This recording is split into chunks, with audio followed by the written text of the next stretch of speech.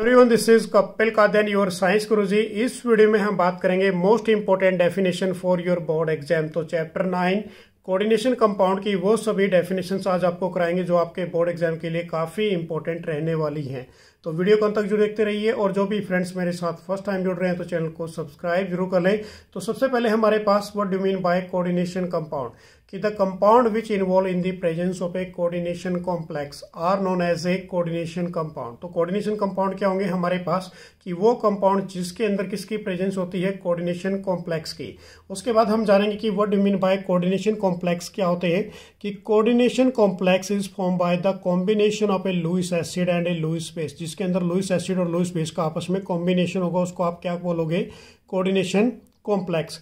Next definition हमारे पास ये बेसिकली आपके ऑर्गेनिक केमिस्ट्री में भी काम आने वाली है। लुईस एसिड क्या होते हैं कि these are the electron deficient species either cation और a neutral atom having is a vacant orbital. ये इलेक्ट्रॉन डेफिशिएंट स्पीसीज होती हैं, इधर या तो इसके अंदर आपको कैटायन मिलेंगे बेसिकली या फिर neutral atom having is a vacant orbital.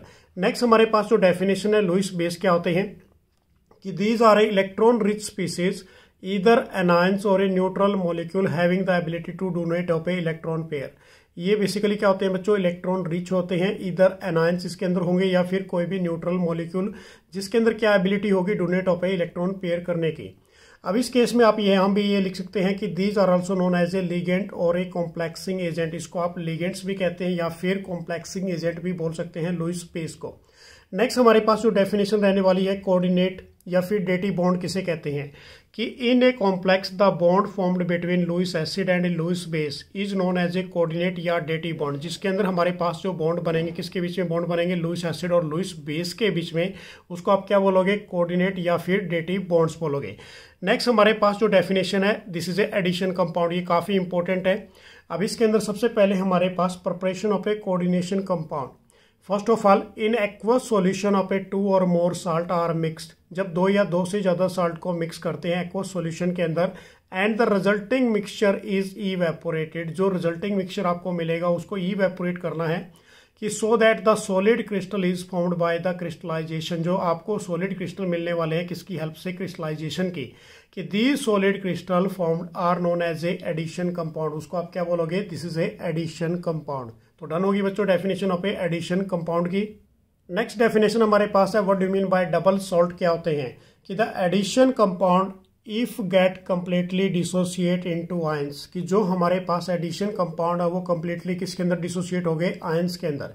कि when dissolve in A water, जब आपने उसको किसके अंदर डिजोल्व किया, वाटर के अंदर, कि then it is known as a double salt. उसको आप क्या बोलोगे, डबल सॉल्ट।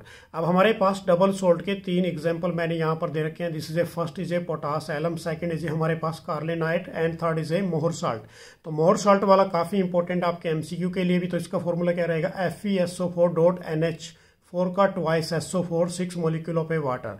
यदि पोटास एलम की बात करते हैं तो K2SO4.Al2SO4 का thrice 24 molecule of a water. यदि कार्लेनाइट की बात करते हैं तो KCl.MgCl2.6 molecule of a water. Next हमारे पास डेफिनेशन है कोऑर्डिनेशन कंपाउंड की। अब कोऑर्डिनेशन कंपाउंड की डेफिनेशन क्या दोगे कि the addition compound which on dissolving in water. जब इसको हम डिजोल्व करते हैं किसके अंदर, वाटर के अंदर, does not dissociate completely into the ions. तो ये कंप्लीटली डिसोसिएट नहीं होंगे किसकी फॉर्मेशन के अंदर, आयंस के अंदर। तो this is called is a coordination compound. उसको आप क्या बोलोगे, कोऑर्डिनेशन कंपाउंड। एग्जांपल हमारे पास K3FeCN6 एक्वस फॉर्म के अंदर है। तो ये किसमें डिसोसिएट हुआ, 3K पॉजिटिव। उसके बाद हमारे पास FeCN6 और 3 नेगेटिव के अंदर। तो ये कंप्लीटली डिसोसिएट नहीं हुआ, it means is a coordination compound. Next हमारे पास जो डेफिनेशन है, डेफिनेशन ऑफ ए लिगेंड्स कि द न्यूट्रल मॉलिक्यूल और आयंस यूजुअली एनायंस। इसमें क्या आते हैं, बेसिकली हमारे पास एनायंस आते हैं कि when attach with a central metal atom. किसके साथ अटैच होंगे, वो सेंट्रल मेटल एटम और आयंस के साथ इन एक कॉम्प्लेक्स कंपाउंड के अंदर। तो उसको आप क्या बोलोगे, लिगेंड्स। लिगेंड सिंपल सी बात है बेसिकली बच्चों, या तो न्यूट्रल मॉलिक्यूल होंगे या फिर एनायंस होंगे जिनके ऊपर नेगेटिव चार्ज होगा। वो अटैच होते हैं किसके साथ, सेंट्रल मेटल एटम के साथ किसी भी कॉम्प्लेक्स कंपाउंड के अंदर। तो हमारे पास जो मोस्ट कॉमन लिगेंड के एग्जांपल है वो कौन कौन से हैं, Cl negative, OH negative, Cn negative, CO। ये हमारे पास न्यूट्रल है। उसके बाद नेक्स्ट हमारे पास NH3 और वाटर मॉलिक्यूल कि ए लिगेंड में भी न्यूट्रल। लिगेंड क्या हो सकते हैं हमारे पास, कोई भी न्यूट्रल या फिर कोई भी चार्ज स्पीसीज हो सकती है। It is always act as a, किसकी तरह एक्ट करेंगे, लुईस बेस की तरह एक्ट कर रही है। तो ये हमारे पास डेफिनेशन रहेगी लिगेंड की, काफी इंपॉर्टेंट है 1 मार्क्स के लिए। नेक्स्ट हमारे पास डेफिनेशन है सेंट्रल मेटल एटम और आयंस क्या होते हैं कि द मेटल एटम और ions which attach with a ligand, ये किसके साथ अटैच होंगे, लिगेंड के साथ, by a coordinate bond is called is a central metal atom और आयंस। उसको आप क्या बोलोगे, सेंट्रल मेटल एटम और आयंस बोलोगे। It behave as a Lewis acid, ये किसकी तरह बिहेव करते हैं, लुईस एसिड की तरह बिहेव करेंगे। तो हमारे पास इसके अंदर देखिए कॉम्प्लेक्स दे रखा है K4FeCN6। अब इस केस में जो हमारे पास ये जो Fe2 पॉजिटिव पड़ा है यहाँ पर बेसिकली बच्चों this is a central metal atom, इसको आप क्या बोलोगे, सेंट्रल मेटल एटम और आयंस। जो हमारे पास यहाँ पर जो 6CN दिखाई दे रहा है आपको, यहाँ पर जो CN है this is called is A ligand, इसको आप क्या बोलोगे, लिगेंड। नेक्स्ट हमारे पास जो डेफिनेशन है डोनर एटम क्या होते हैं कि the atom present in a ligand, जो एटम किसके अंदर प्रेजेंट करते हैं, लिगेंड के अंदर, which donate the electron pair is known as a donor atom. उसको आप क्या बोलोगे, डोनर एटम की वो एटम जो प्रेजेंट करते हैं किसी भी लिगेंड मॉलिक्यूल के अंदर, which donate the electron pair, जो अपने इलेक्ट्रॉन पेयर को डोनेट करेंगे, this is called is a donor atom. Example हमारे पास अमोनिया NH3 इसका फॉर्मूला होता है, तो नाइट्रोजन के ऊपर एक lone pair of electron present करता है, इसको डोनेट कर देगा, सो this is a donor atom. अब इसमें हमारे पास क्या रहेगा, H2, यहाँ पर H2O लिख दिया हमने, ऑक्सीजन हमारे पास क्या रहने वाला है, डोनर एटम, यहाँ पर मैंने इसको अंडरलाइन किया हुआ है। नेक्स्ट हमारे पास है डेंटिसिटी क्या होती है, ये भी काफी इंपॉर्टेंट 1 मार्क्स क्वेश्चन है कि it is the number of a donor atom present in a ligand molecule, कि वो number of a donor atom जो प्रेजेंट करेंगे किसके अंदर, किसी भी एक लिगेंड मॉलिक्यूल्स के अंदर, this is called is A denticity. तो डेंटिसिटी हमारे पास बेसिकली यदि बात करते हैं टाइप ऑफ लिगेंड्स के अकॉर्डिंग, तो सबसे पहले हमारे पास है बेस्ड ऑफ ए चार्ज, जो बेस्ड होंगे किसके ऊपर, चार्ज के ऊपर, कि द लिगेंड में भी ए न्यूट्रल। लिगेंड क्या हो सकते हैं हमारे पास, लिगेंड्स न्यूट्रल हो सकते हैं, पॉजिटिवली हो सकते हैं और नेगेटिवली चार्ज। तो लिगेंड हमारे पास पहला कौन सा रहने वाला है, बेसिकली यदि बात करें एनायनिक लिगेंड। एनायनिक का मतलब जिसके ऊपर नेगेटिव चार्ज प्रेजेंट करता है, तो CN साइनाइड ग्रुप। उसके बाद NO2 ग्रुप, नाइट्राइट्रो N बोलेंगे इसको, X हमारे पास क्या बनेगा, हैलाइडो ग्रुप। उसके बाद नेक्स्ट हमारे पास यदि कैटायनिक लिगेंड की बात करें, तो कैटायनिक लिगेंड हमारे पास कौन से होंगे, NO2 positive, this is A nitrosonium, NO positive, this is A nitronium. और यदि हम बात करें N2F5 पॉजिटिव की, दिस इज ए हाइड्रोजीनियम। नेक्स्ट हमारे पास है C के अंदर न्यूट्रल लिगेंड क्या होते हैं, अमोनिया, एक्वा, यदि हम बात करें न्यूट्रल हैं, इसको हम बेसिकली वाटर को एक्वा बोलेंगे, इस केस में CO हमारे पास क्या बनेगा, कार्बोनाइल एक्सेट्रा। नेक्स्ट हमारे पास यदि बात करें बेस्ड ऑन ए डेंटिसिटी, कि it is the number of a donor atom present in a ligand molecule, की कितने number of a donor atom present करते हैं किसी भी लिगेंड मॉलिक्यूल के अंदर, उसको ऊपर बेस्ड होगी। तो सबसे पहले हमारे पास है मोनोडेंटेट, या जिसको हम यूनिडेंटेट लिगेंड भी कहते हैं, कि the ligand which have only 1 donor atom, जिसके पास ओनली डोनर एक एटम होता है, उसको हम क्या बोलते हैं, मोनोडेंटेट या फिर यूनिडेंटेट लिगेंड कहते हैं। तो एग्जांपल हमारे पास यहाँ से आप देख सकते हो अमोनिया NH3, उसके बाद क्या है वाटर मॉलिक्यूल, तो यहाँ पे डोनर एटम क्या है, ओनली 1, और यहाँ भी हमारे पास क्या है donor atom, only 1 nitrogen. Next हमारे पास है बाइडेंटेट और डाइडेंटेट लिगेंड क्या होते हैं, कि the ligand which have a 2 donor atom, जिसके अंदर क्या होंगे, 2 डोनर एटम्स होते हैं, उसको आप क्या बोलोगे, बाइडेंटेट या फिर डाइडेंटेट लिगेंड। अब ये काफी इंपॉर्टेंट है हमारे पास, तो इसके 2 एग्जांपल मैं आपको कराऊंगा जो आपके ऑर्गेनिक केमिस्ट्री में भी काम आएंगे। तो सबसे पहले हमारे पास है इथाइलिन डाईएमाइन। तो इथाइलिन डाईएमाइन का फॉर्मूला हमारे पास NH2CH2CH2NH2। अब इस केस में यदि सिंबल की बात करें तो क्या लगाओगे, EN, चार्ज इस पे क्या होता है 0, क्योंकि ये न्यूट्रल है। उसके बाद जो IUPAC नेम बनेगा, तो हमारे पास IUPAC नेम क्या बनेगा, इथेन 1,2 डाईएमाइन इसका नेम रहने वाला है। सेकेंड हमारे पास है ऑक्सोलेटो आयंस क्या होते हैं, C2O4 नेगेटिव। अब इस केस में CO नेगेटिव इसको आप स्ट्रक्चर दे सकते हैं, ऑक्सैलिक एसिड के फॉर्म में होता है। तो इसका जो सिंबल रहेगा हमारे पास OX, चार्ज इसके ऊपर -2 रहने वाला है, और इसको IUPAC नेम के अकॉर्डिंग क्या लिखोगे, ऑक्सालेटो। ये हमारे पास क्या बनेगा, ऑक्सालेटो। नेक्स्ट हमारे पास है ट्राइडेंटेट लिगेंड क्या होते हैं, कि the ligand which have a 3 donor atom, जिसके अंदर क्या होंगे 3 डोनर एटम होंगे, उसको आप क्या बोलोगे, ट्राइडेंटेट लिगेंड। तो एग्जाम्पल क्या दोगे आप इसका, डाई इथाइलिन ट्राईएमाइन। तो सिंबल हमारे पास डाईइन, चार्ज क्या रहेगा इसके ऊपर 0 रहेगा बेसिकली। तो यहाँ पर देख लीजिए हमारे पास क्या है, 3 NH2 ग्रुप है, एक NH ग्रुप ये है, एक NH ग्रुप ये है, और एक NH ग्रुप हमारे पास ये रहेगा। तो इस केस में डाई इथाइलिन, तो डाई इथाइलिन हमारे पास CH2 और CH2 डाई इथाइलिन की फॉर्म में है, और उसके बाद ट्राई हमारे पास क्या है, इसके अंदर एमाइन रहेगा। नेक्स्ट हमारे पास है टेट्राडेंटेट लिगेंड क्या होते हैं, कि the ligand which have a 4 donor atom, जिसके अंदर क्या होंगे 4 डोनर एटम होंगे। तो इसका एग्जांपल क्या दोगे आप, ट्राई इथाइलिन टेट्रा एमाइन, इसका एग्जाम्पल रहेगा। तो सिंबल हमारे पास ट्राई इन और चार्ज क्या रहेगा इसके ऊपर 0। तो हमारे पास देखिए अमाइन ग्रुप कितने हैं, सबसे पहले 1 amine group, second amine group और third amine group and fourth amine group. तो इथाइलिन ग्रुप हमारे पास कितने टाइम है, 3 टाइम्स, 1 इधर है तो 2 इधर है हमारे पास। नेक्स्ट है बेसिकली बच्चों इसके अंदर काफी इंपॉर्टेंट है ये भी, पेंटाडेंटेट लिगेंड क्या होते हैं कि the ligand which have a 5 donor atom, जिसके अंदर क्या होंगे 5 डोनर एटम होंगे। तो एग्जाम्पल हमारे पास इसके अंदर EDTA और उसके ऊपर कॉम्प्लेक्स के ऊपर 3 नेगेटिव चार्ज, तो इसका नाम हमारे पास क्या लिखोगे आप, ethylene diamine triacetate ions. ये क्योंकि ये ट्राई में है तो एसीटेट आयंस बनेंगे, इसका नाम रहेगा। अब इसकी स्ट्रक्चर देखिए, तो हमारे पास जो इसकी स्ट्रक्चर रहने वाली है बेसिकली देखिए इसके अंदर हमारे पास एमाइन ग्रुप कितने हैं, यहाँ पर 2 ग्रुप है, डाई एमाइन है। उसके बाद यदि बात करें इथाइलिन, तो इथाइलिन ग्रुप हमारे पास ओनली क्या है यहाँ पर 1। तो ट्राई एसीटेट आयंस ये हमारे पास ट्राई एसीटेट आयन पड़े हैं CH2CO नेगेटिव, तो 3 टाइम्स पड़े हैं और उसके साथ एक हाइड्रोजन। तो ये हमारे पास एग्जाम्पल बन गया किसका, पेंटाडेंटेट लिगेंड का। नेक्स्ट हमारे पास है हेक्साडेंटेट लिगेंड। क्या होते हैं कि the ligand which have a 6 donor atom, जिसके अंदर क्या होंगे 6 डोनर एटम होंगे, उसको आप क्या बोलोगे, हेक्साडेंटेट लिगेंड। तो हमारे पास एग्जांपल किसका आ गया यहाँ पर, EDTA4 नेगेटिव। तो नेम क्या बनेगा इसका, this is a ethylene diamine tetraacetate ions, क्योंकि टेट्रा का मतलब क्या है 4 नेगेटिव आ गया। इस केस में इथाइलिन ग्रुप ओनली 1 CH2 और उसके साथ हमारे पास डाई अमाइन, एक अमाइन इधर है बच्चों बेसिकली, एक अमाइन इधर है, और उसके साथ टेट्रा एसीटेट, तो CH2CO नेगेटिव, CH2CO नेगेटिव, तो 2 टाइम्स इधर 2 टाइम्स इधर, तो 4 टाइम हमारे पास ये क्या बन गया, एसीटेट आयंस। नेक्स्ट हमारे पास है bidentate ligand with a different donor atom. अब इस केस में देखिए सबसे पहले हमारे पास नेम क्या रहेगा, ग्लाइसाइनेटो। अब इसका जो सिंबल है GLY, चार्ज इसके ऊपर नेगेटिव, तो इसका एग्जांपल क्या लिखोगे आप, NH2 CH2CO नेगेटिव। अब यहाँ से हमारे पास काफी इंपॉर्टेंट डेफिनेशन स्टार्ट हो जाती है कि what do mean by चीलेट ligand क्या होगा, चीलेट कॉम्प्लेक्स क्या होगा और चीलेट इफेक्ट क्या होते हैं।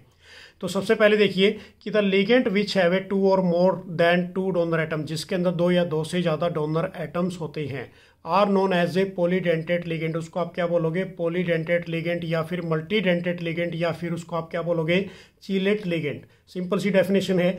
उसके बाद यदि चीलेट कॉम्प्लेक्स की डेफिनेशन आपके एग्जाम में आती है तो क्या राइट डाउन करोगे कि when a chelate ligand are attach to a central metal atom, जब सेंट्रल मेटल एटम के साथ क्या अटैच होगा, चीलेट लिगेंड और ions, it form is a ring like structure. तो किसकी फॉर्मेशन देगा वो, रिंग लाइक स्ट्रक्चर की, which is known as a chelate ring. उसको आप क्या बोलोगे, चीलेट रिंग या फिर chelate complex, is known as a chelate complex. तो ये हमारे पास डेफिनेशन किसकी बन गई, चीलेट कॉम्प्लेक्स की।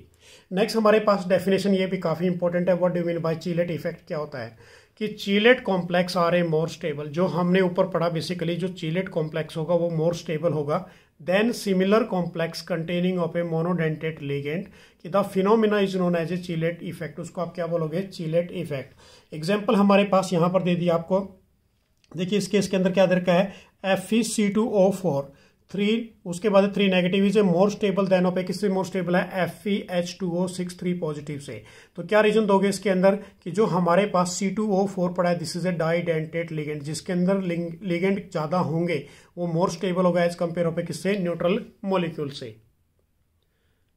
इसका हमारे पास एक एग्जांपल हो रहा है बेसिकली बच्चों, COEN का thrice 3 positive is a more stable than of A CONH3 और 6 3 पॉजिटिव। तो इस केस में भी हमारे पास जो EN पड़ा है, this is A bidentate ligand, ये बाइडेंटेट लिगेंड है, और ये वाला जो हमारे पास है this is a neutral molecule, तो ये वाला मोर स्टेबल होगा। नेक्स्ट डेफिनेशन ये भी काफी इंपॉर्टेंट है, एम्बिडेंट लिगेंड क्या होते हैं। तो this is a top most important definition for your board exam.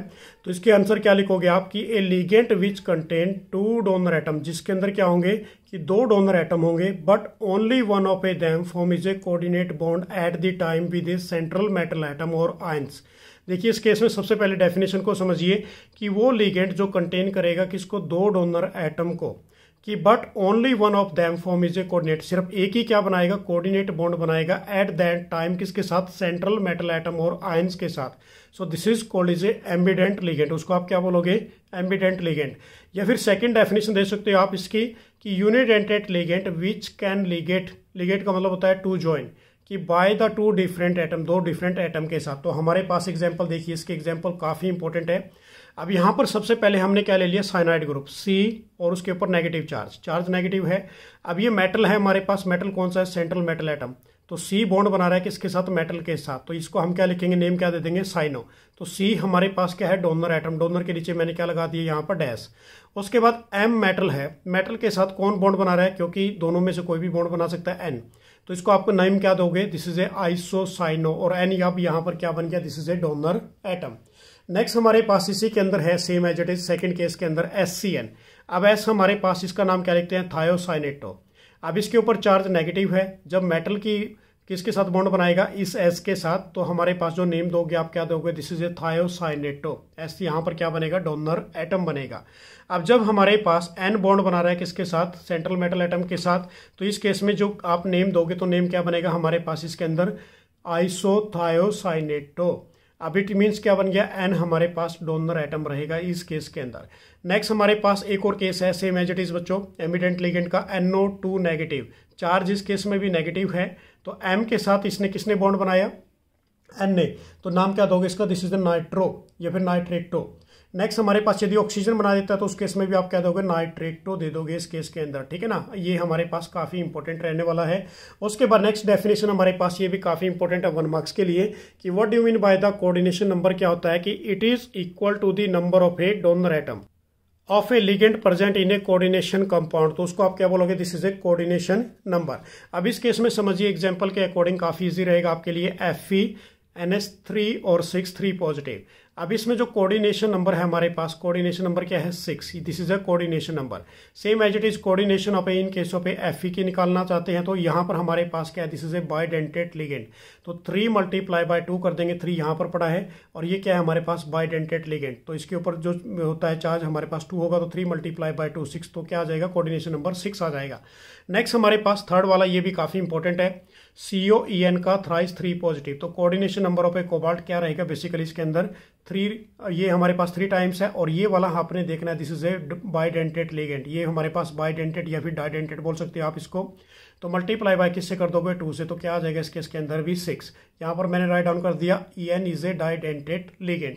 Next definition हमारे पास, ये डेफिनेशन भी काफी इंपॉर्टेंट है कि कोऑर्डिनेशन स्फीयर या कोऑर्डिनेशन इंटेंसिटी क्या होती है, कि द सेंट्रल मेटल एटम और ions and a ligand which are directly attach with each other by a coordinate bond की फॉर्म्स ए कोऑर्डिनेट इंटेंसिटी। देखिए इस केस में क्या बोला गया बच्चों, कि हमारे पास जो सेंट्रल मेटल एटम और आयंस होते हैं और लिगेंड्स होते हैं जो आपस में अटैच हैं किसके माध्यम से, कोऑर्डिनेट बॉन्ड के माध्यम से, उसको आप क्या बोलोगे, कोऑर्डिनेशन इंटेंसिटी, या दूसरा नाम क्या रहेगा इसका, कोऑर्डिनेशन स्फीयर। कि विद ए स्क्वायर ब्रैकेट, आपने इसको कहाँ पर डालना है, स्क्वायर ब्रैकेट के अंदर, रिटर्न में करना है स्क्वायर ब्रैकेट में।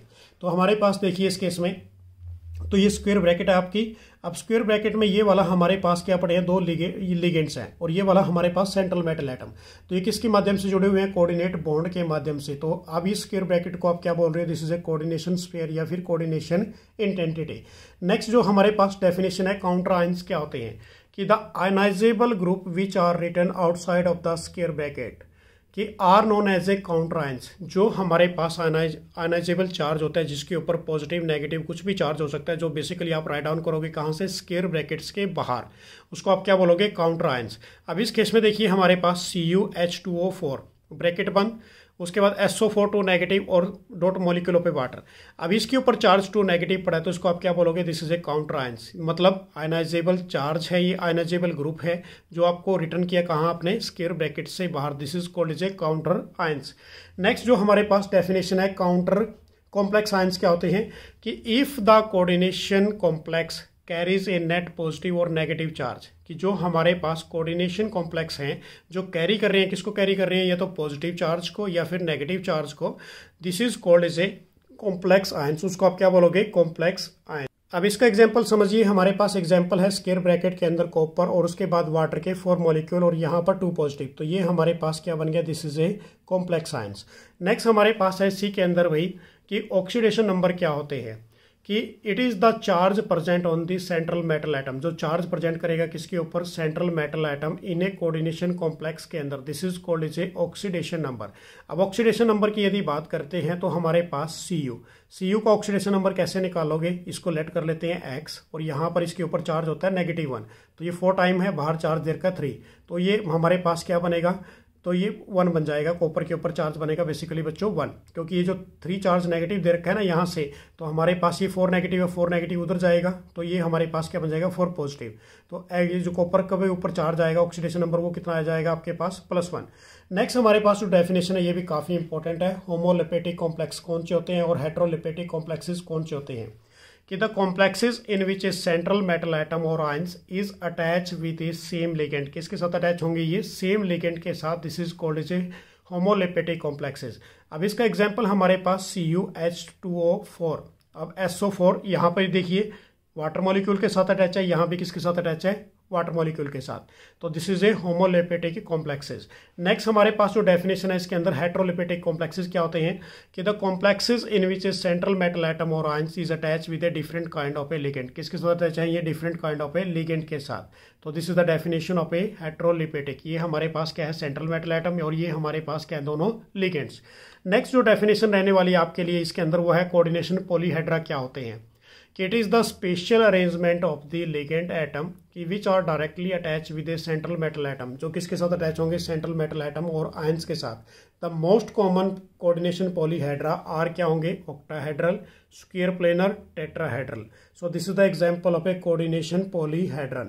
अब इसके अंदर एग्जांपल देखिए हमारे पास CONH3 6 3 positive, this is A octahedral, NiCO4 is a tetrahedral, PtCl4 2 negative, this is a square planar. So ये थी हमारे पास इंपॉर्टेंट डेफिनेशन जो आपके बोर्ड एग्जाम के लिए काफी इंपॉर्टेंट रहेंगी। तो मेरी तरफ से आप सभी को बेस्ट ऑफ लक, जय हिंद जय भारत।